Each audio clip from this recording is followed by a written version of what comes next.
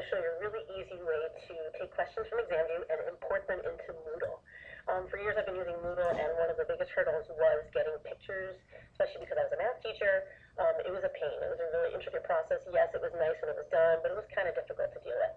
Right now there's a new plugin. I'm using Moodle 2.0, and there's a plugin, and you're going to want to ask your Moodle administrator for this if you don't have it already.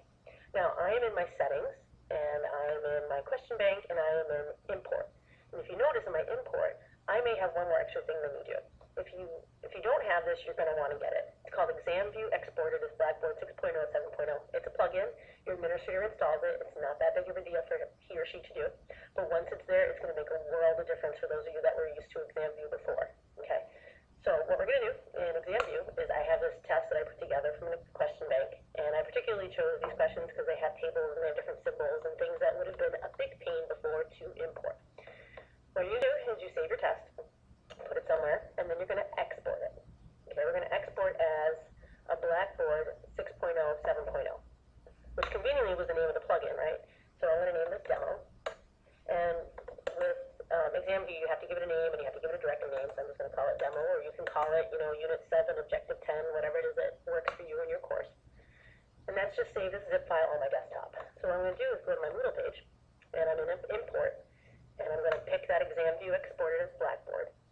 And I've already created a category for it previously, and you can do that by just going to Settings, Question Bank, Categories. Okay, so if you don't have a category pre-made, you might want to go make one just to keep your work organized. And down here, I'm going to pick the file. I have to upload it.